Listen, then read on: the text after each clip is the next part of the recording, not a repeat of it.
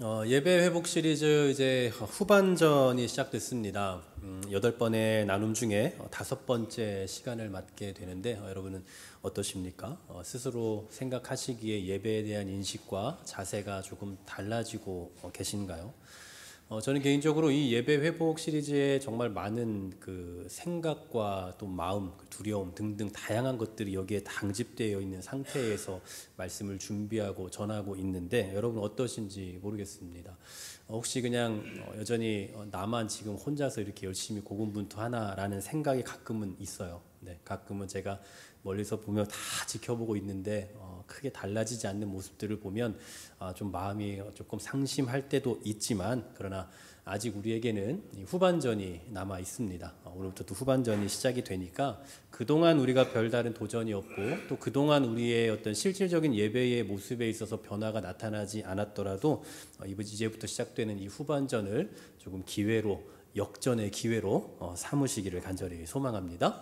오늘은 좀 제가 특별하게 좀 강의 형식으로 좀 진행을 해볼까 합니다. 찬양에 대한 거 어떻게 좀 이렇게 나눠야 될까 고민을 하다가 우리가 뭐 말씀을 토대로 하나하나 생각해 보는 것도 중요하지만 조금 강의 형태로 우리가 찬양에 대한 깊은 이해와 고찰이 필요하겠다라는 생각이 들어서 오늘은 조금 특별하게 강의 형태로 그런 형태로 좀 진행이 되기 때문에 말씀을 조금 인용하지 않더라도 오늘만큼은 조금 양해를 부탁드리겠습니다.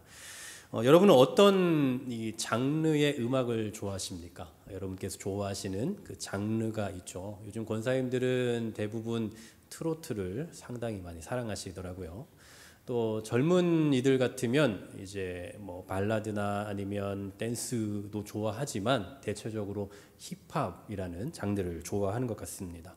그래서 종종 우리가 찬양을 듣다 보면 우리가 일반적으로 들어왔던 형태의 그런 음악보다는 뭐 랩이라는 형태 아니면 뭐 트로트라는 형태 굉장히 다양한 형태로 이렇게 부르게 되는 것을 심심치 않게 듣게 되고 또 오래전이죠. 오래전부터 뭐 트로트 하는 목사라고 해서 뭐 또 그런 분이 한참 또 유행을 하고 또 유명해졌던 때가 있었습니다. 그럴 때마다 사람들 사이에서는 이게 옳으냐 그르냐라는 얘기가 참 많은 것 같아요. 제가 예전에 섬기던 교회에서도 그 목사님을 이렇게 그 강사로 불러서 한번 했던 적이 있는데 그때도 성도들 가운데 여론이 상당히 많이 나뉘었던 것 같습니다. 좋다, 잘못됐다 이런 계속 논쟁이 있었죠. 여러분은 어떻게 생각하십니까? 사람들이 좋아하는 어떤 장르, 랩이나 아니면 트로트와 같은 그런 각각의 이 좋아하는 장르를 가지고 하나님을 찬양하는 거에 대해서 어떻게 생각하시느냐라는 거예요. 보통 여기에 대해서는 크게 두 가지 견해로 나뉩니다. 첫 번째는 이렇게 해서라도 하나님을 찬양할 수 있으니 좋은 거다라고 긍정하는 거고요. 또 하나는 이렇게 찬양을 한다라는 건 너무 복음을 왜곡시키고 가볍게 여기는 거다. 그러니 이거는 옳지 않다라는 두 가지 견해가 언제나 나뉘죠. 여러분 어떤 견해가 맞다고 생각하십니까? 저는 개인적으로 이 두 가지 견해가 다 틀리지 않다라고 생각을 해요. 다 맞다가 아니라 틀리지 않다라고요. 내가 좋아하는 방식 또 내가 좋아하는 장르를 떠나서 어떻게라도 하나님을 찬양하고 싶다, 찬양해야겠다라고 한다면 그게 나쁠 게 아니겠죠. 찬양을 아예 하지 않는 사람도 있고 찬양 자체를 싫어하는 사람들도 있는데 이렇게라도 찬양할 수 있다면 그거는 또 칭찬해도 되지 않을까라는 생각을 해봐요. 근데 문제는 뭐냐? 힙합이라는 또는 트로트라는 이 찬양에는 잘 어울리지 않는 음악이 입혀졌다라는 거죠. 한번 생각해 보십시오. 예수님의 십자가를 묵상합니다. 우리를 위해서 흘리신 그 보혈의 피를 묵상을 하는데 이것을 가장 잘 묵상하기에 좋은 음악은 어떤 거겠습니까? 쿵짝쿵짝 하면서 막 신나는 그런 음악을 입히는 게 맞겠습니까? 아니면 조금 무겁고 웅장하고 혹은 잔잔한 그런 음악이 입혀지는 게 좋겠습니까? 당연히 후자겠죠. 예수님의 십자가를 소개하는데 막 춤을 추고 소리를 지르고 랩을 하고 그러는 건 그리 어울리는 그림은 아닐 거예요. 그러니까 저는 개인적으로 이것이 맞냐 틀리냐의 논쟁보다도 이게 밸런스냐 언밸런스냐, 그러니까 이게 균형이 맞는 거냐 아니면 균형이 어긋나는 거냐의 차원에서 다룰 필요도 있겠다라는 생각을 하는 거죠. 결국 제가 느끼기에 이 두 가지 견해가 틀리지 않다라고 생각하는 이유는 어떤 면에서는 아니면 어떤 상황에서는 이게 맞고 아니면 어떤 면에서 어떤 상황에서는 또 저게 맞을 때도 있기 때문입니다. 여러분, 힙합이나 트로트를 좋아하면 죄입니까? 그런 음악을 좋아하면 죄인가요? 어떤 분들은 조금 격하게 세상 음악, 그러니까 대중음악이죠. 대중음악은 사탄 음악이다. 그런 거 들으면 안 된다. 이렇게까지 말씀하시는 분도 있는데 그건 잘못된 생각인 것 같아요. 음악이라는 것은 하나님께서 우리에게 주신, 사람에게 주신, 누릴 수 있게 하신 문화의 한 측면이라고 생각을 합니다. 물론 그걸 악용하면 당연히 문제가 되죠. 음악이라는 요소를 통해서 하나님을 반역하기도 하고 음악이라는 요소를 통해서 우리의 정신을 상하게 하는 경우도 있기 때문에 그런 경우라면 우리가 멀리해야 되고 배척해야 되죠. 하지만 그냥 일상적으로 우리가 듣는, 일상적으로 알고 있는 그런 음악이라면 그걸 굳이 죄악시할 필요까지는 없겠다는 생각이 들어요. 그런데 만일에 우리가 좋아하는 장르가 트로트예요. 그럼 그냥 트로트 노래를 듣느니 복음적인 가사가 입혀진 트로트를 듣는 게 좀 더 낫지 않을까요? 어차피 트로트를 좋아한다면, 아니면 어차피 나는 랩 음악, 나는 힙합을 좋아한다. 그러면 그냥 맨날 욕 나오는 그런 힙합을 듣는 것보다 이왕이면 복음적인 메시지가 들어가 있는 힙합을 좀 듣거나 부르면 조금 더 낫지 않겠냐라는 거죠.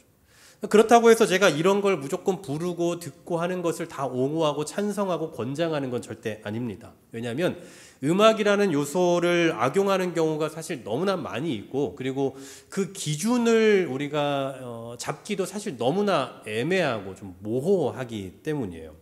그래서 지극히 대중적인 음악에 이 복음적인 가사를 넣는 게 옳으냐 그르냐라는 이 논쟁에 대해서 답하는 건 쉽지가 않다라는 겁니다. 그럼에도 불구하고 답이 있을 때가 있어요. 그러니까 그냥 쉽게 이거다 저거다 옳다 그르다라고 말하기 어려운 이 논쟁에 있어서 분명하게 우리가 답을 내릴 때가 있다라는 건데, 그게 두 가지 상황에 있어서 그렇습니다. 첫 번째로는 하나님을 찬양하고 싶은 마음이 너무나 들어요. 너무나 어떤 방식으로 하나님을 찬양하고 싶은 마음의 충만함이 있어서 혼자서 트로트든 아니면 랩이든 어떤 방식으로든 하나님을 찬양하고 있는 것은 좋은 겁니다. 그건 찬성이에요. 네, 혼자서요. 그러나 두 번째, 이런 노래나 음악, 우리가 일반적으로 이런 논쟁거리가 되는 이런 음악을 지금과 같은 예배에서 사용하기에는 옳지 않습니다. 지금 이 예배에서는 이런 게 불려질 수가 없고 불려져서도 안 된다라는 사실이에요. 한마디로 말하면 이러한 노래나 음악을 우리가 단순한 찬양의 목적으로 하는 것은 찬성이지만 예배라는 틀 안에서 어떤 찬양의 기능적인 면으로 들어올 수는 없다라는 겁니다. 자, 왜 그러느냐? 이제부터 그걸 한번 생각을 해볼게요. 보통 우리가 찬양을 하면 이 세 가지로 나뉠 수가 있습니다. 첫 번째는 우리 앞에 있는 찬송가, 그 다음에 두 번째는 가스펠이라고 복음송가죠. 세 번째로는 컨템포러리 크리스찬 뮤직이라고 하는 현대적인 그리스도인의 음악, 그래서 CCM이라고 하는 이 세 가지 장르로 우리가 나눌 수가 있어요. 자, 쉽게 설명해 드리면 찬송가는 우리가 너무 쉽게 접하는 우리 앞에 있는 찬송가, 성경책 이 앞에 있는 찬송가, 성경책 뒤에 있는 그게 이제 찬송가가 될 거고요. 그리고 복음송가는 우리가 앞에 우리가 이동우 장로님 찬양하셨던 그런 곡이라든지 우리가 일반적으로 교회에서 자주 부르는 그런 곡들이 이제 복음송에 해당이 되죠. 그리고 CCM은 엄밀히 말하면 하나의 장르이기도 한데 과거 오래전부터 락이나 들어보셨을 법한 R&B, 소울과 같은 이런 장르들에 굉장히 지대한 영향을 미쳤던 용어입니다. 그런데 이제 그냥 의미적으로만 놓고 보면 기독교인의 현대적인 음악, 다시 말하면 대중적인 기독교 음악이라고 볼 수 있어요. 그래서 예수를 믿지 않는 사람들도 크게 거부감이 없이 들을 수 있는 그런 곡들을 의미하죠. 대표적으로 당신은 사랑받기 위해 태어난 사람, 이건 교회에서 불려지지 않고 저기 밖에서 절에서 불려져도 그리 이상한 노래가 아닌 거죠. 이처럼 찬송가든 복음성가든 CCM이든 모두 하나님을 경배하고 하나님을 찬양하는 것이긴 하지만 중요한 건 이 세 가지가 각각 작시 작곡된 그 배경과 목적이 다르기 때문에 우리가 공식적으로 드리는 이 예배에 있어서 이것들을 부르고 듣는 것에 있어서는 조금의 분별이 필요하다라는 사실이죠. 자, 먼저 복음성가에 대해 생각해 보면 일반적으로 자신의 신앙적인 경험을 바탕으로 가사가 쓰여집니다. 그러다 보니 이 찬양 자체가 경배의 성격보다는 간증의 성격을 좀 더 많이 지니고 있고, 그리고 그 곡은 찬송가보다 훨씬 대중적입니다. 19세기 이전까지만 해도 이 복음성은 상당히 많은 비판을 받아왔어요. 왜냐하면 찬양은 하나님을 경배하는 게 목적인데 이 복음성은 개인의 신앙 경험을 바탕으로 쓰여졌기 때문에 어떻게 찬양이 이런 식으로 쓰여질 수 있냐라고 말하면서 상당히 부정적으로 여겨졌습니다. 그런데 시대의 흐름에 따라서 이런 곡들이 자연스럽게 전 세계적으로 퍼져나가게 되고, 그리고 급기야는 지금 우리 찬송가 안에 있는 그 곡 안에 수많은 곡들이 수록이 되죠. 예를 들면 유명한 전도자로 불리는 D.L. 무디라는 분 잘 아시죠? 그분과 함께 이 부흥운동의 핵심적인 역할을 감당했던 사람이 하나 있습니다. 아이라 데이빗 생키라는 분인데요. 바로 이분이 쓴 곡이 우리 찬송가 안에 많이 있는데 그 중에 대표적으로 이런 곡들이 있습니다. 구원으로 인도하는, 내 진정 사모하는, 나 위하여 십자가에, 이런 게 다 그분이 쓴 곡들이에요. 또 그 당시에 이 찬송가의 여왕으로 불리는 사람이 있습니다. 페니 크로스비라는 분인데 이분은 시인이기도 하고 작곡가이기도 하고 그리고 미국의 선교사이기도 했는데요. 이분이 쓴 곡들 들어보십시오. 예수를 나의 구주 삼고, 예수 나를 위하여, 예수께로 가면, 인내하신 구세주여, 나의 갈 길 다가도록, 나의 영원하신 기업 등등. 그냥 우리가 제목만 들어도 너무나 잘 알고 있는 그런 곡들이죠. 이처럼 당시를 대표하는 작곡가들에 의해서 이 복음송가가 만들어졌고, 이러한 곡들, 지금 우리가 너무나 자주 부르고 있는 이 곡들이 그 당시에는 굉장히 부정적인 시각으로 쉽게 말하면 욕을 먹었던 그런 곡들이라고요. 그런데 그런 것들이 지금은 우리 찬송가 안에 수록이 될 정도로 복음사역에 지대한 영향을 미쳤다라는 사실입니다. 그 전까지만 하더라도 주로 성경을 배경으로, 특히 시편 같은 그런 성경을 배경으로 가사가 만들어졌고 그것에 곡을 입히는 형식이었어요. 그러다 보니까 내용이 좀 한정적이죠. 시편의 고백들만을 토대로 곡을 만들다 보니 내용이 굉장히 제한적이었는데 이 복음송이 발달하게 되면서 상당히 대중적으로 더 많은 폭넓은 고백들이 나오게 된 겁니다.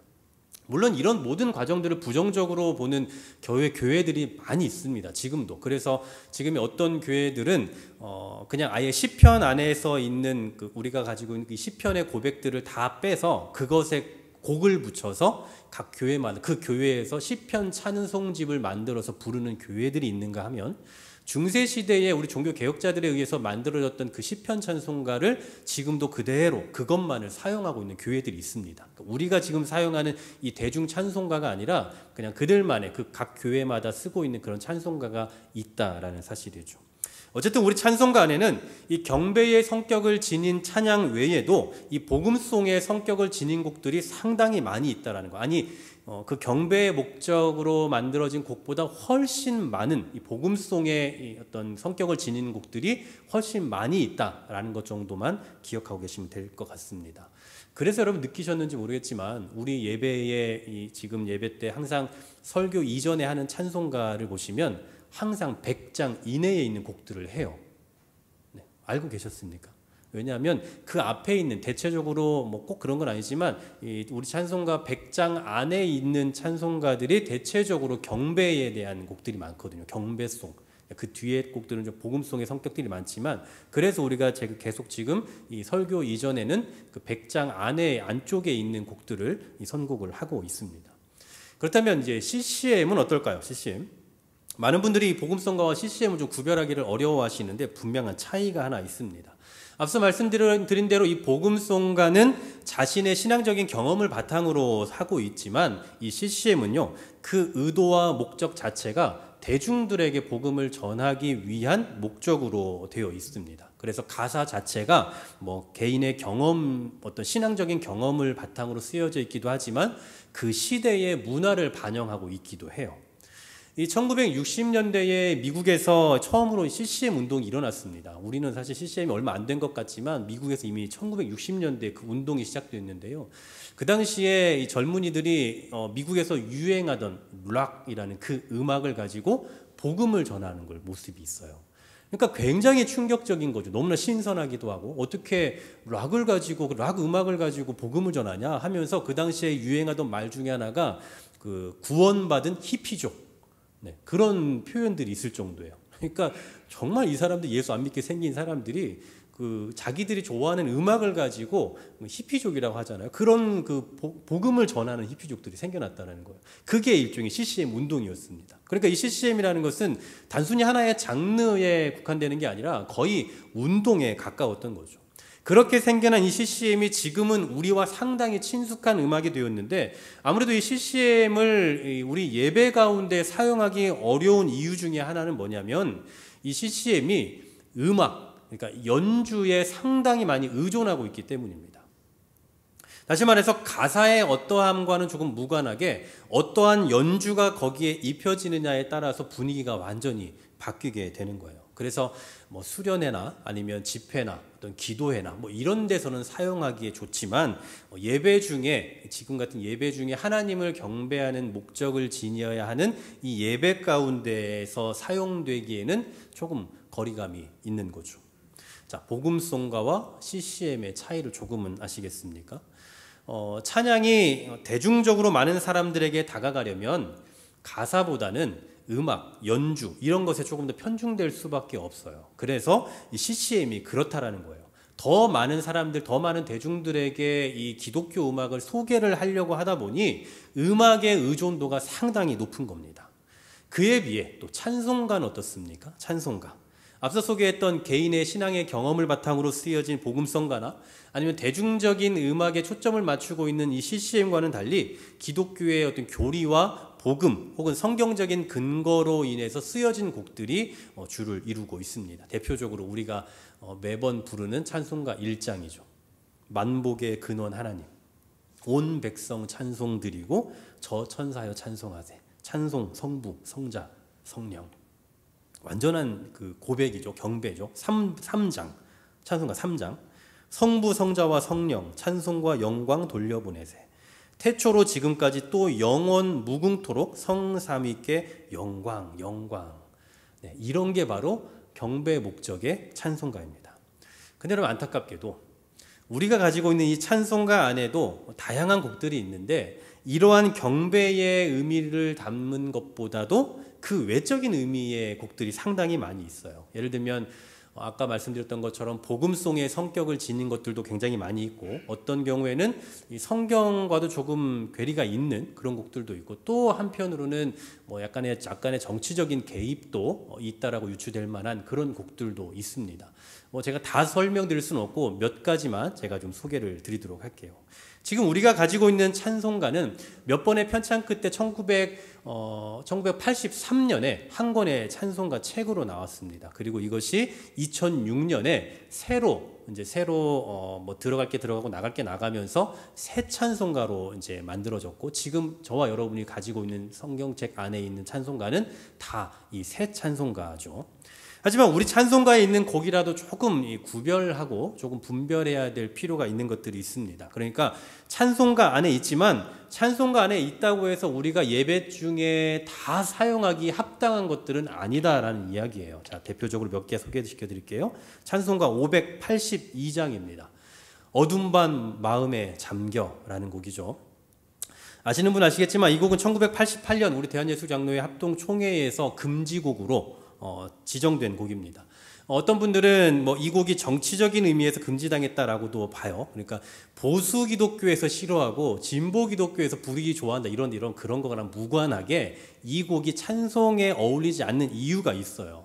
왜냐하면 이 곡은 일단 지금 누가 썼다라고 되어 있습니까? 김재준이라는 분인데 이 김재준이라는 분은 초대 우리 한국 목사님 중에서 2단으로 정제된 이력이 있는 분이고요. 그리고 자유주의 신학자라고 우리가 말하는데 또 그런 분이기도 합니다. 그리고 또 마귀를 상징하는 계명성이라는 표현도 있다라는 거. 그리고 가장 중요한 건 이 찬양의 이 노래의 고백 안에는 하나님을 향한 경배의 이 가사가 하나도 없어요. 그러니까 이건 그냥 민중 찬양이라고 보는 게 낫죠. 민중 찬양송으로 구분해 놓는 게 낫다라고 보는 겁니다. 그래서 우리는 우리 교단에서는 이 곡을 부르지 않고 있고요. 그 다음에 580장, 이것도 유명한 곡이죠. 삼천리반도 금수강산. 이 찬양은 우리나라의 애국자였던 남궁옥 선생께서 쓰신 곡인데, 나라를 사랑하는 마음으로 우리가 찬양하고 부르기엔 참 좋은 곡입니다. 하지만 하나님을 경배하는 찬양으로 쓰기에는 합당하지가 않아요. 왜냐하면 가사를 보시면 아시겠지만 일하러 가세만 얘기하고 있어요. 그러니까 나라를 사랑하는 마음으로 우리가 나라를 사랑하며 함께 일하러 갑시다 라고 하며 이 민중 찬양으로 쓰기에는 좋겠지만 하나님을 찬양하는 경배하는 목적으로 쓰이기에는 조금 적당하지 않다라고 볼 수 있는 거죠. 또 찬송가 348장 잘하는 곡입니다. 마귀들과 싸울지라. 네, 이 곡의 문제는 마귀는 복수가 되면 안 되고 단수로 써야 되죠. 마귀는 하나입니다. 그래서 마귀와 싸울지라가 되어야 되는데 마귀들과 싸울지라는 맞지 않아요. 아니면 귀신들과 싸울지라라고 하는 건 맞을지도 모르겠습니다. 또 211장 값비싼 향유를 주께 드린 막달라 마리아, 이것도 우리가 성찬식 때 자주 부르는 곡인데요. 주께 드린 막달라 마리아, 성경에 특히 신약에는 이 마리아가 총 3명이 등장합니다. 네, 한 명의 막달라 마리아, 2명의 마리아가 존재하는데 이 값비싼 향유를 주께 드린 마리아는 막달라 마리아가 아니라 그냥 마리아예요. 그러니까 여기서 말하는 이 막달라 마리아는 잘못된 어떤 표현이다라는 거죠. 이 정도만 말씀드리겠습니다. 이 외에도 다양하게 우리가 좀 생각해 볼 수 있는 것들은 있지만 우리가 많이 부르는 곡들이 아니기 때문에 그냥 그런 거 굳이 설명은 드리지 않도록 하고요. 우리 교회는 방금 말씀드린 582장을 제외한 나머지 곡들은 부를 거고 또 불러왔을 거고 그렇게 할 생각입니다. 다만 우리가 이런 걸 부를 때에도 좀 찬양의 어떤 목적 그리고 예배의 성격 이런 것들을 좀 고려하면서 좀 의식을 가지고 불러야 될 필요는 있겠다라는 생각이 들어요. 이처럼 우리와 너무나 친숙한 이 찬송가 책 안에도 잘못된 것들 혹은 우리가 조금 구별하고 분별해야 될 것들이 있다라는 점을 인지하면서 분별력을 가지고 의식 있는 자세로 접근해야 되는 겁니다. 어떤 분들은 예배 때 그냥 찬송가 하나 잘못 부른다고 큰일 생기는 것도 아닌데 어떠냐라고 하시는 분도 계세요. 물론 맞습니다. 이게 찬송가 하나 우리가 잘못 선곡했다고 해서 예배가 다 망가지고 틀어지고 하나님 우리에게 저주하시고 그런 건 절대 아닐 거예요. 하지만 정말 우리가 드리는 이 예배가 얼마나 고귀한 가치를 지니고 있고 하나님 앞에 영광 올려드리는 그러한 묵직한 예배인가라는 인식이 있다면 찬송가 한 곡을 선곡하더라도 조금 더 고민하고 조금 더 묵상하며 더 묵직한 마음을 가지고 접근할 수 있겠죠. 물론 이 공예배가 아닌 다른 모임에서는 얼마든지 부를 수 있습니다. 아니 많이 부르면 더 좋을 거예요. 하지만 공예배만큼은 조금 신중을 기해서 불러야 할 필요가 있는 겁니다. 참고로 우리가 주일학교 혹은 교회학교로 분류하고 있는 유초등부나 중고등부 같은 경우는 공예배의 성격보다는 교육의 성격이 훨씬 강합니다. 이건 제가 말하는 게 아니라 이 교회법에서 명시하고 있는 거예요. 그래서 공예배적인 요소도 있기 때문에 찬양이나 경배나 설교 이런 것들이 다 있지만 그러나 때로 율동도 하고 CCM도 하고 이런 걸 다 하는 거예요. 그냥 다짜고짜 CCM은 하면 안 된다는데 왜 중고등부에서 유초등부에서 하냐 이렇게 하지 마시고 각각의 예배의 성격, 교육적인 성격이 있기 때문에 부를 수 있고 또 불러도 무방하다라는 거죠. 나중에 제가 이 공예배에 대해서 좀 구체적으로 설명드릴 기회가 있겠지만 우리 교회에서 공예배라고 하는 것은 지금 현재 우리가 드리고 있는 이 예배입니다. 지금 이 예배가 공예배예요. 물론 우리가 오후 예배 아니면 또 수요, 금요 기도회도 일명 공예배적인 성격을 지니고 있지만 저희가 지금 예배를 이렇게 구성하는 모든 형식이 기도회의 측면이 좀 훨씬 강하거든요. 그래서 공예배라고 부여하기보다는 좀 기도회의 혹은 집회의 성격이 조금 더 강하다고 볼 수 있을 것 같아요. 그래서 여러분 주보에 보시면 오늘 지금 우리가 하고 있는 이 예배에 대해서는 주일 예배라고 명시를 하고 있지만 주중 예배에 대해서는 기도회라고 표현을 하고 있죠. 수요 기도회, 금요 기도회. 그래서 이때는 우리가 CCM도 하고 복음성가도 하고 있는 겁니다. 그래서 우리가 이왕이면 수요 기도회, 금요 기도회 이렇게 좀 명칭을 쓰시면 좋을 것 같아요. 이런 거 하나하나에도 예배에 대한 철학과 감각이 담겨져 있다라는 걸 여러분 좀 명심하시면서 좀 우리가 같이 공감하시면서 같이 이렇게 하시면 좋을 것 같고, 우리 교회 같으면 앞으로 공식적으로 뭐 수요 기도회, 금요 기도회라고 명칭을 좀 정리해 주시면 좋겠습니다. 뭐 금요 철야, 뭐 심야 예배 다양하게들 말씀하시는데 딱 명칭을 정리해서 수요 기도회, 금요 기도회 명칭을 좀 정리하시면 좋겠고요. 또 지금 우리가 드리고 있는 이 예배를 예전에는 대예배라고 많이들 했어요. 근데 대예배라고 말하면 당연히 소예배도 존재하겠죠. 근데 대예배와 소예배의 중요성을 서로 놓고 보자면 당연히 대예배가 훨씬 중요하고, 그렇다면 소예배는 별로 중요하지 않냐라고 되면 그럼 예배의 어떤 경중이 나뉘게 되겠죠. 그래서 대예배라는 표현보다는 그냥 주일 낮 예배 아니면 공예배 아니면 뭐 주일 오전 예배 이렇게 좀 표현하는 게 더 나을 것 같습니다. 이처럼 우리가 일주일 동안 교회에서 드리는 예배가 여러 번인데요. 각각의 예배가 어떤 성격을 지니고 있는지를 분명히 알고 있어야 우리가 찬양을 부르고 선곡을 하고 또 마음을 드리는 데 있어서도 명확한 기준을 갖게 되는 겁니다. 여러분, 저는 오늘 지금 뭐 단순히 뭐가 좋다 나쁘다 이걸 말하려고 하는 게 아니에요. 예배 때 이걸 불러야 된다, 이건 부르지 말아야 된다 이런 얘기를 하고자 하는 게 아니라고요. 우리 교회는 뭐 지금 금요기도회 때도 그렇지만 뭐 주로 복음성가도 많이 하고 또 때로는 CCM도 많이 하고 있고 또 앞으로도 그렇게 할 겁니다. 또 주일 지금 공예배지만 이 설교가 끝나고 나서 적용송으로 하는 곡 중에도 뭐 복음송이나 뭐 CCM은 안 하겠지만 복음송도 자주 했고 또 뭐 그렇게 아마 하게 될 것 같아요. 그러니까 너무나 그냥 다짜고짜 이거 하면 안 된다, 해야 된다라고 그렇게 비판하자는 게 아니라 하나님을 찬양하는 일에 있어서 우리가 조금 더 신중하게, 조금 더 조심스럽게 접근해 보자라는 거예요. 너무나 쉽게 그냥 부르지 말자라는 거죠. 지금 그냥 우리 찬송가 책 안에 있으니까 그냥 다 복음적인 거고 CCM이나 복음성가라고 해서 그냥 다 어차피 찬양이니까 언제 불러도 상관없다 이게 아니라 때로는 지향해야 할 것들이 있고 또 때로는 지양해야 될 것들이 있다라는 것을 좀 생각하면서 찬송을 부를 때나 찬송을 선곡할 때나 최대한 좀 예민하게 그리고 좀 신중하게 접근해야 될 필요가 있다라는 사실이에요. 그냥 내가 좋다고 해서 부르는 게 아니라, 아니면 시대가 부른다고 해서, 요즘 시대에 많이 불려진다고 해서 그냥 부르는 찬양이 아니라 하나님께 온전히 집중할 수 있는 찬양이 뭘까? 그리고 하나님께 경배하고자 하는 그 목적에 합당한 찬양은 뭘까? 그리고 나는 그 찬양을 대할 때 어떤 자세로 어떤 마음으로 임해야 할까? 이러한 것을 먼저 생각하는 작업들이 좀 선행되어야 한다는 겁니다. 자, 왜 그렇겠습니까? 오늘 우리가 읽은 짧은 이사야 43장 21절의 말씀에서 가르쳐주고 있죠. 오늘 본문에서 하나님께서 우리를 지으신 이유가 뭐라고 말씀하십니까? 하나님을 경배하기 위해, 하나님을 찬송하기 위함이라고 말씀해요.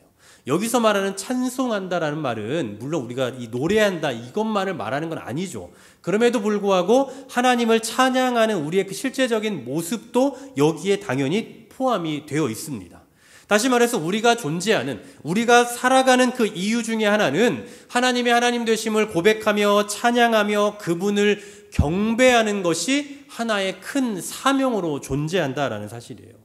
그러니 우리는 찬송을 할 때에 그냥 너무나 쉬운 마음으로, 그냥 오늘 뭐 좀 기분이 울적하니까, 아니면 오늘 조금 뭐 내 마음 문을 좀 열어야 되니까 우리의 자리를 좀 정돈하기 위해서 뭐 이런 식으로 해서 부르는 것이 아니라 우리의 인생의 목적 혹은 우리의 사명이라는 것을 생각하면서 내 사명을 다하겠다라는 심정으로 접근하고 그러한 심정으로 이 찬양을 올려드려야 한다라는 사실이에요. 그럼 이제 오늘 우리가 나눈 이 말씀을 좀 실질적으로 적용하기 위한 한 가지 제안을 제가 좀 우리 성도님들께 드리고자 합니다. 잘 들어보십시오. 이토록 우리 찬양이 중요하고 또 우리가 신중하게 접근을 해야 된다면 예배에 있어서 찬양이 갖는 그 중요성, 그 비중은요, 예배 그 자체라고 해도 과언이 아닐 만큼 너무나도 중요합니다. 많은 분들이 예배 앞에 하는 찬양을 뭐 준비 찬양이라고 하는데 도대체 뭘 준비하는 걸까요? 이 찬양 자체가 예배인데 왜 예배를 준비하는 것으로 찬양을 쓰냔 말이에요. 그러니까 준비 찬양이라는 건 사실 없는 거예요. 예배를 준비하는 찬양? 그런 게 없어요. 여러분, 찬양 시간을 절대 이런 식으로 우리가 대해서는 절대로 안 됩니다. 그래서 앞으로 우리 교회에서는 준비 찬양이라는 말을 쓰지 않았으면 좋겠어요. 준비 찬양 없습니다. 찬양은 그냥 그 자체가 예배이고 그게 시작이에요. 찬양부터가 예배이고 그 찬양 시간이 우리가 이제 예배자로서 사명을 감당하는 시간이기 때문에 단순히 준비 단계라고 말해서는 안 된다는 거예요. 지금까지 우리가 한 10시 50분 되면 우리 이동훈 장로님 나오셔서 찬양을 한 두세 곡을 하셨고, 그리고 제가 나와서 이제 또 멘트를 하면서 예배를 시작합니다라는 식의 멘트를 해왔어요. 그러다 보니까 제가 이제 예배를 시작하겠습니다라고 했으니 그럼 그 전까지는 예배가 아니라는 거잖아요. 그죠? 그러니 이제 여러분들은 아마 그렇게 다 인식을 하셨을 것 같아요. 이제부터 예배가 시작된다. 이제 제가 나오면 그때부터 예배가 시작된다라고 생각을 하셨을 텐데 그렇게 되면 안 될 것 같다라는 거죠. 앞에 인도자가 나왔으면, 그러니까 찬양 인도자가 나왔으면 그때부터 예배는 이제 시작입니다. 준비 찬양 시작이 아니라 예배 시작이라고요. 예배 시작. 그러니 이제 그때는 여러분들이 이렇게 하셨던 그 대화 다 멈추셔야 됩니다. 뭐 찬양 중에 막 대화하시는 분들 계시는데 여러분들 그러시면 안 돼요. 예배 시작됐습니다. 그러니까 여러분 최대한 그때부터는 이제 예배자의 심정으로, 예배자 모드로 확 바뀌어야 돼요. 제가 예전에 배운 바로는 예배 중에는 서로 인사도 하지 말라고 들었어요. 네, 예배. 하나님께 경배해야 되는데 왜 서로 막 인사하고 그러냐. 근데 뭐 그렇게까지 하는 건 너무나 좀 야박한 것 같고, 눈이 마주쳤는데 인사를 안 할 수는 없잖아요. 그런 뭐 목례도로도 할 수 있고, 뭐 눈 인사라도 할 수 있고, 또 간단하게 악수 인사도 할 수 있지만 뭐 굳이 뭐 찾아가서 인사할 것도 없고 굳이 막 이야기할 것도 없을 것 같아요. 저도 그래서 앞으로는 예배가 시작되면 제가 막 굳이 찾아가서 인사하고 이렇게 하지 않을 테고, 장로님들도 이제 앞으로 뭐 그렇게 하시겠지만 뭐 그런 것에 대해서 서운해하지 마시고, 예배 중이니까 우리가 지금 간단하게 서로 목례하고 그리고 하나님께만 집중한다라고 생각하시면 좋을 것 같습니다. 여러분 꼭 기억하셔야 됩니다. 찬양이 시작되면 예배는 시작된 거예요. 그래서 여러분 이 찬양 시간 중에 오셨으면 죄송하지만 지각하신 겁니다. 네, 지각하신 거예요. 그래서 다음 주부터는 우리 이동훈 장로님께서 딱 11시 정각에 찬양을 시작하도록 하겠습니다. 11시 정각에 찬양을 시작하면 이제 하는 중에 저랑 자연스럽게 체인지를 할 거고, 그리고 이제 제가 여기 서게 되면 그때부터 예배가 시작되는 게 아니라 그냥 인도자만 바뀐다라고 생각을 하시면 될 것 같아요. 인도자만 잠깐 체인지가 되는 것 뿐이고, 그리고 예배는 이미 진행 중에 있는 겁니다. 제가 이 예배 폼을 이제 한 내년부터 좀 바꿔볼 생각이었는데, 지금 오늘 우리가 찬양에 대한 이야기를 하고 있기 때문에 이걸 또 이렇게 해놓고 또 쭉 유지하는 건 좀 아닌 것 같아서 이 앞부분만은 좀 다음 주부터 바꿔볼까 합니다. 그래서 우리 장로님들과도 좀 말씀을 나눴지만 좀 그렇게 일단 좀 다음 주부터 시작을 할 거고요. 그리고 수요 기도회, 금요 기도회도 마찬가지입니다. 우리가 정해진 시간이 있죠. 수요일에는 7시 20분에 찬양을 했고, 금요일에는 8시 20분에 찬양을 시작했는데, 제가 이제 뭐 30분부터 시작할까 하다가 앞으로 예배 시간 자체를 7시 20분 그리고 8시 20분으로 시작을 하려고 합니다. 그래서 찬양이 시작되면 이제 그때는 찬양 예배가 시작이 된 겁니다. 준비 찬양 시작하고 예배가 되는 것이 아니라 찬양으로 예배가 시작된다라는 거예요. 그러니 여러분 정시 전에 정해진 우리 그 찬양이 시작하는 찬양으로 예배가 드려지는 그 시간 전에 꼭 오셔서 좀 기도로 준비해 주십시오. 서로 인사도 하시고 교제도 하시지만 예배 시작 5분 10분 전이 되면 그냥 딱 자기 자리에 앉으셔서 뭐 기도로 준비하시든지 아니면 성경을 읽으시든지 그냥 정숙하게 딱 예배자의 모드로 완전히 좀 확 바꿔주셨으면 좋겠어요. 모두가 그렇진 않지만 어떤 분들은요 정말 예배 한 번의 은혜로 한 주를 사는 분들이 있어요. 뭐 다 그렇진 않으시겠지만 공감이 안 될 수도 있겠지만 제가 본 어떤 분들은 정말 그렇습니다. 그 예배에 모든 걸 걸고 있는 분들이 있어요. 그래서 예배와 기도 시간에 받게 되는 그 은혜를 공급받고 또 며칠을 살고 일주일을 살고 또 오는 거거든요.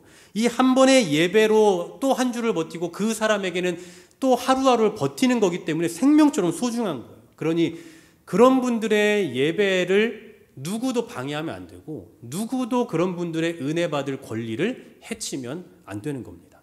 정말 뜨겁게 기도하고 싶고 정말 뜨겁게 주님을 만나고 싶은 그 간절한 마음을 가지고 이 자리에 찾아와 있는데 막 소란스럽게 하고 정신 사나워서 그분이 여기에 대한 그 감격을 경험하지 못하면 이것은 우리가 누군가의 은혜 받을 권리를 해치고 있는 거예요. 그러니 예배 직전 시간 그리고 예배 시간만큼은 다른 거 다 빼고 일, 교제 다 빼고 하나님 앞에 정말 예배하는 경배하겠다라는 그 심정으로 완전히 그 모드로 좀 집중을 해주셨으면 좋겠어요. 금요 기도회도 마찬가지입니다. 금요 기도회 때도 기도 이제 일찍 끝나시는 분들은 뭐 편안하게 교제하셨으면 좋겠어요. 저는 교제하는 거 너무나 환영입니다. 그런데 끝까지 기도하시는 분들을 좀 꼭 배려해 주십시오. 네, 기도가 끝나신 분들은 뒤에서 하지 마시고 밑에 내려가셔서 편안하게 시끄럽게 즐겁게 교제하시고, 끝까지 기도하는 분들 한 분이라도 있으면 다수가 기도가 끝났을지라도 이 한 분을 위해서 배려해 주는 게 맞다고 생각해요. 그분의 예배, 그분의 기도, 그리고 그분은 정말 지금 하나님 앞에 매달리고자 하는 그 심정을 갖고 있으니까 그분이 이 자리에, 이 예배 자리의 주인공이다라는 거 여러분 꼭 기억하시면서, 우리가 다른 의도가 있고 좀 다른 그 어떤 패턴을 갖고 계신 분들이라면 조금 자리를 비켜주셔서 그 한 분을 위해서 조금 배려해 주셨으면 좋겠어요. 우리의 예배를 사수해 주는 겁니다. 은혜 받을 권리를 해치는 게 아니라 어떻게든 은혜 받고자 하는 그 한 사람을 정말 배려하고 그분의 예배와 그분의 은혜를 사수해 주는 공동체, 그게 정말 예배자다운 그런 모습이고 또 가장 합당한 예배를 드려지는 그런 교회의 모습이 아닐까라는 생각을 해봅니다. 사랑하는 여러분, 꼭 기억하셨으면 좋겠습니다. 하나님을 향한 찬양, 예배의 준비 과정이 결코 아닙니다. 찬양이 곧 예배입니다. 그러므로 찬양을 예배의 준비로 여기지 마시고 우리의 사명과 온 힘을 다해서 예배하시기를 간절히 소망합니다. 제가 한 가지 예화만 좀 들고 마치려고 합니다. 오래전에 우리 그 교회마다 이 찬양집이 배치가 되어 있었어요. 근데 그 찬양 중에 대표적으로 유명했던 찬양곡이 찬미 예수라는 곡입니다. 네, 아실 거예요. 찬양생 오래 하셨던 분들은 그 곡을 만들고 편찬하신 분이 이제 최용덕 집사님이라는 분인데, 이분이 이제 어느 날 그 교회마다 가서 집회를 인도를 하는데, 한 교회에 가서 앞에서 찬양 인도를 이렇게 하는데 막 다들 너무 뜨거운 분위기로 예배가 진행되고 있는데, 맨 앞에서 지금 우리 장로님 앉아 계신 이 자리에서 누군가 자꾸 박수를 치지 않고 자기 뺨을 그렇게 때리더래요. 한 손으로 계속 자기 뺨을 얼마나 세게 때리는지 앞에서 너무나 부담스럽고 너무나 마음이 힘들어서 막 너무 화가 나고 막 짜증스럽더래요. 도대체 뭐 하는 짓인가? 다들 막 박수치고 너무 힘있게 즐겁게 기쁘게 찬양하고 있는데 자기 뺨을 앞에서 때리고 있다고 생각해 보세요. 이게 자해하고 있는 느낌이잖아요. 이게 뭔가 하고는 너무나 마음이 힘들고 괴로웠는데, 끝나고 나서 그분이 찾아와서 너무 은혜로웠다고 막 인사를 하더라는 거예요. 근데 보니까 그분 한쪽 손이 없더래요. 한쪽 손이 없으니까 남은 한 손을 가지고 박수를 치고 싶은데 함께 찬양해야 되겠는데 할 수 없으니 그 한 손을 가지고 자기 뺨을 그렇게 때리면서 찬양을 했다라는 거예요. 여러분, 찬양을 성도의 사명으로 한다면 이 정도의 열정이 있어야 되지 않을까 싶어요. 네. 찬양은 그냥 음악이 아닙니다. 우리가 가진 최고의 것을 들여서 할 만큼 가장 가치 있고 의미 있는 시간입니다. 찬양을 우리 인생의 사명으로 알고 진정한 예배자로 진정한 경배를 올려드리며 나아가는 저와 여러분 될 수 있기를 주의 이름으로 간절히 소망합니다.